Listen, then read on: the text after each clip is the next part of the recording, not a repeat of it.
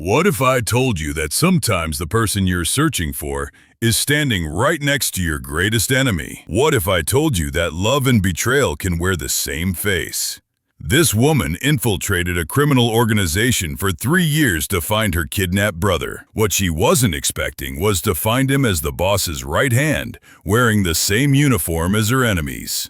But first, don't forget to subscribe to Quiet Tales Studio, because you don't want to miss powerful stories like this. Let us know in the comments where you're watching this video from, share your own story suggestions, and show us how this story made you feel by hitting that like button. Zara Blackwood sat in the military briefing room, stroking the small raven tattoo on her wrist. There were 26 feathers now, one for each year that had passed since her 12-year-old brother Kai disappeared from their foster home. "Agent Blackwood, are you listening?" Commander Hayes' voice cut through her memories. What he didn't know was that every mission Zara had accepted in the past 5 years had been strategically chosen. Each one brought her closer to criminal networks specializing in human trafficking, closer to finding Kai. "Dante Volkov has been untouchable for far too long," Hayes continued. "His organization controls trafficking routes across 3 continents. Your mission is to gain his trust and document his operations." Zara studied the photograph of Dante Volkov, a man in his 50s with silver hair and cold blue eyes. According to intelligence, he had a weakness for beautiful women, exactly the opening she needed. 3 hours later, Zara stood in her apartment packing her last civilian clothes. The walls were covered with maps, photographs, and red strings connecting dozens of missing person cases. At the center of it all was Kai's 8-year-old school photo. Brown hair falling over mischievous blue eyes, that toothless grin that made her promise she'd always protect him. She had failed to keep that promise once. She wouldn't fail again. 2 weeks later, Zara Blackwood disappeared. In her place emerged Elena Vasquez, a sophisticated art dealer with a mysterious past. The raven tattoos were covered with designer sleeves and carefully applied makeup. She made her first contact with Volkov's organization through an art auction in Miami. Nikolai, Dante's right hand, a former Romanian intelligence officer who had turned rogue 15 years ago. "Elena Vasquez," Nikolai said, without following courtesy protocols. "Your reputation precedes you." You handle transactions that require discretion. Objects that need to disappear from one collection and reappear in another without attracting official attention. Nikolai leaned back in his chair, studying her. "We might have business to discuss." This was it, the opening she'd been working toward for months. 3 weeks later, Zara found herself on the deck of Dante Volkov's yacht, anchored off the coast of Montenegro. The ship was a floating palace, 200 feet of pristine white luxury that screamed wealth and power. "Elena," Dante's voice carried the authority of a man accustomed to absolute obedience. "Nikolai tells me you're talented at making problematic objects disappear. Tell me about your family," Dante said suddenly, his pale eyes studying her face. Zara felt her heart skip, but kept her expression controlled. "There's not much to tell. I lost my family when I was young. My little brother and I entered the system, but we were separated. I never saw him again." Something shifted in Dante's expression. "The system has a way of tearing families apart. It's one of the reasons I built my organization the way I did. We take care of our own people." Over the following months, Zara learned the dark truth of Volkov's empire. He recruited young people from broken homes, offering them family and purpose, then molding them into perfect weapons. 3 days later, everything changed. "Elena, I want you to meet my newest lieutenant," Dante said with obvious pride. "This is Kai Volkov." The world stopped. Tall, lean, brown hair and striking blue eyes. The height Kai should be now, the same bone structure, the way he tilted his head when thinking. "Ms. Vasquez," he said politely. His voice deeper than she remembered, but undeniably familiar. "It's a pleasure to meet you." He didn't recognize her.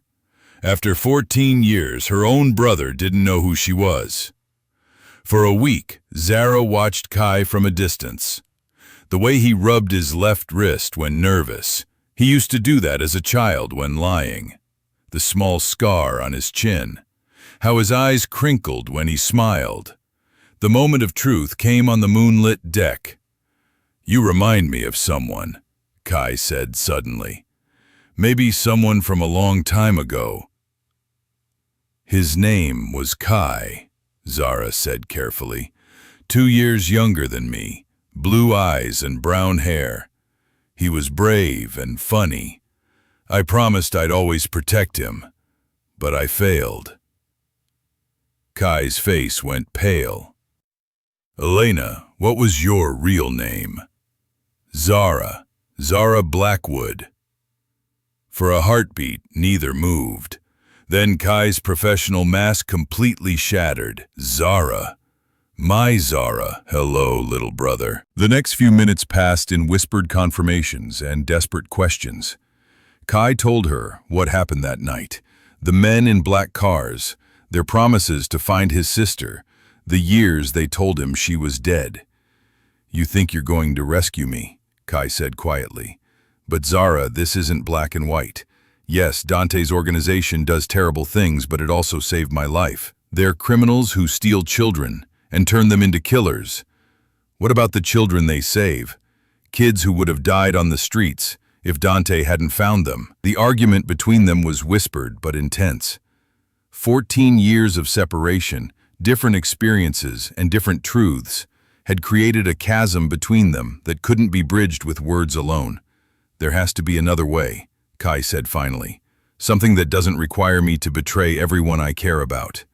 "There's something else you need to know," Kai said quietly. "I'm not just Dante's lieutenant. I'm also working with Interpol." Zara stared at him in shock. "What?" "I've been feeding them information for 2 years. Started with small things, then bigger operations. I'm trying to collapse the trafficking networks from the inside." This revelation changed everything. Her brother wasn't just a victim who had been weaponized. He was actively working to destroy the system that created him. The plan they developed over the next 3 days was bold and dangerous. Kai would continue his role as Dante's lieutenant while feeding information to both Zara and his Interpol contacts. Their first target was Nikolai. Kai revealed that he was planning to eliminate key witnesses in an upcoming trafficking case.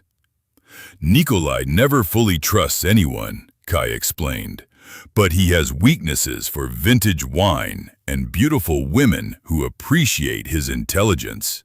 The operation began the next evening at one of Dante's luxury dinners. While Kai kept Dante occupied with reports from Eastern European operations, Zara drew Nikolai into a private conversation. "You're different tonight," Nikolai observed as they watched the sunset over the Adriatic. "More focused. I've been thinking about what you said the other day, about loyalty and family."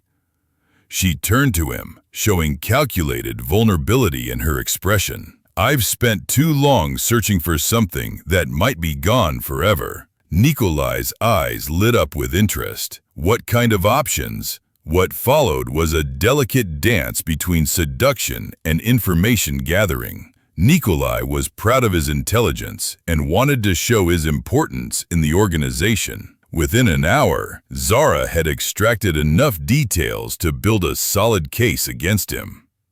Meanwhile, Kai was conducting his own operation. Using his access to Dante's private files, he photographed documents detailing shipping routes, safe houses, and financial transactions. On the third night, Nikolai, influenced by wine and Elena's growing appeal, revealed the location of a major trafficking operation planned for the following week. 50 young people, all between 16 and 22, he said, his voice thick with alcohol and pride. Dante's buyers in the Middle East pay premium prices for this demographic. When they met secretly that night, they made their plans.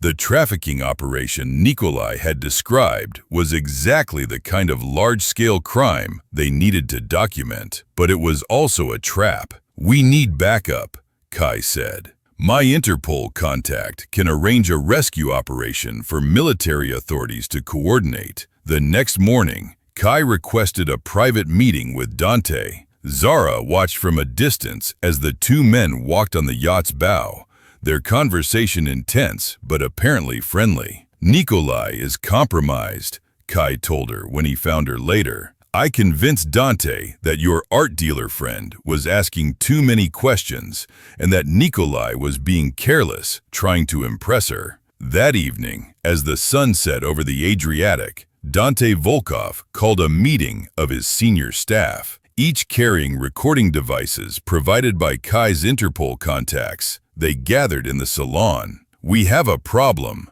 Dante began, his voice calm but threatening. "Someone in our organization is leaking information to Nikolai," Dante continued, turning to his former right hand.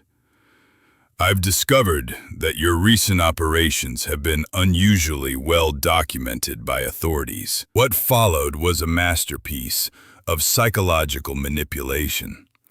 Dante presented carefully chosen pieces of information, most real, some fabricated by Kai, that painted Nikolai as either a traitor or incompetent. The gunshot was sudden and final. Nikolai collapsed onto the white carpet as blood spread around him. "Let this be a reminder," Dante said as he holstered his weapon. "Loyalty is rewarded. Betrayal is not tolerated." They had their evidence. Dante Volkov had committed murder in front of multiple witnesses, all of whom were carrying recording devices. The final phase began that night. While Dante slept, believing his organization was secure, Kai transmitted detailed intelligence to Interpol, NATO, and the FBI. Shipping schedules, safe house locations, financial records, personnel files, everything needed to collapse Volkov's empire in a coordinated international effort. "The rescue operation begins at dawn," Kai said when they stood on deck for the last time. 57 law enforcement agencies in 12 countries are moving simultaneously. By tomorrow night, the entire trafficking network will be gone. As the sun began to rise, helicopters appeared on the horizon. Dante Volkov woke up on his yacht, surrounded by military ships and law enforcement aircraft. The empire he had built through 25 years of careful expansion and brutal enforcement collapsed in less than 6 hours. In the chaos that followed, Zara and Kai were separated.